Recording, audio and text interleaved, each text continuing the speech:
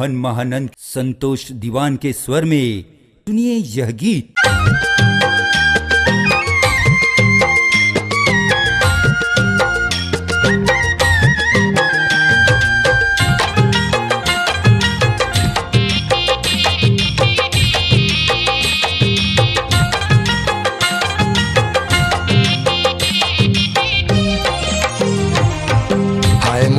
दैया रे राम दुहैया तोला सुरतान लागे। हाय मोरे दैया रे राम दुहैया तोला सुरतान लागे। सुरता नहीं लागे तोला दया नहीं लागे तोला माया नहीं लागे।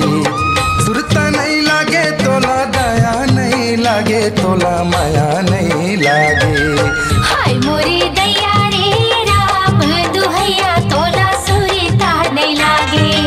हाय मोरे दैया रे राम दुहैया तोला सुरता नहीं लागे। सुरता नहीं लागे तोला दया नहीं लागे तोला माया नहीं लागे।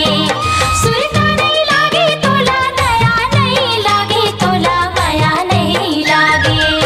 हाय मोरे दैया रे राम दुहैया तोला सुरता नहीं लागे। हाय मोरे दैया तोला सुरता नहीं लागे।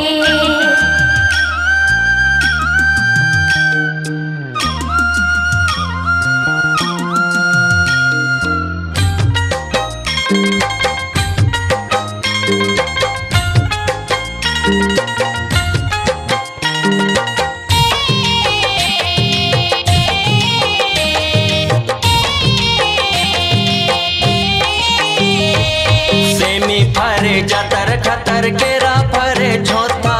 सेमी फरे जतर खतर केरा फरे झोता। और हाथ में तारा कुची मोला होगे धोखा तोला माया नहीं लागे।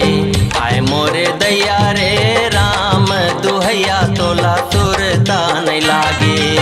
हाय मोरे दैया रे राम दुहैया तोला सुरता नहीं लागे।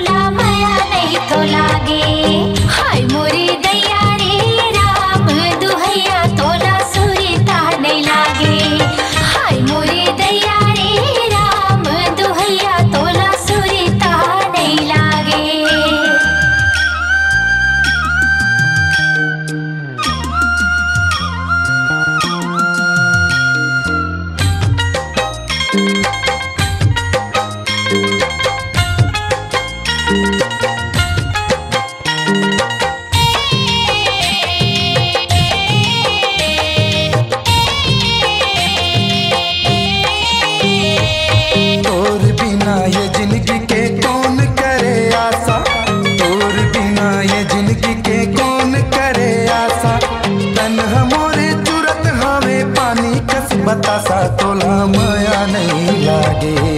हाय मोरे दैया रे राम दुहैया तोला सुरता नहीं लागे। हाय मोरे दैया रे राम दुहैया तोला सुरता नहीं लागे।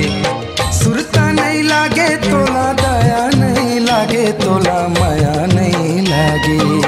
सुरता नहीं लागे तोला दया नहीं लागे तोला माया नहीं लागे। हाय मोरे दैया रे राम दुहैया तोला सुरता नहीं लागे। हाय मोरे दैया रे राम दुहैया तोला सुरता नहीं लागे। सुरता नहीं लागे तोला दया नहीं लागे तोला माया नहीं लागे। सुरता नहीं लागे तोला दया नहीं लागे तोला माया नहीं लागे। हाय मोरे दैया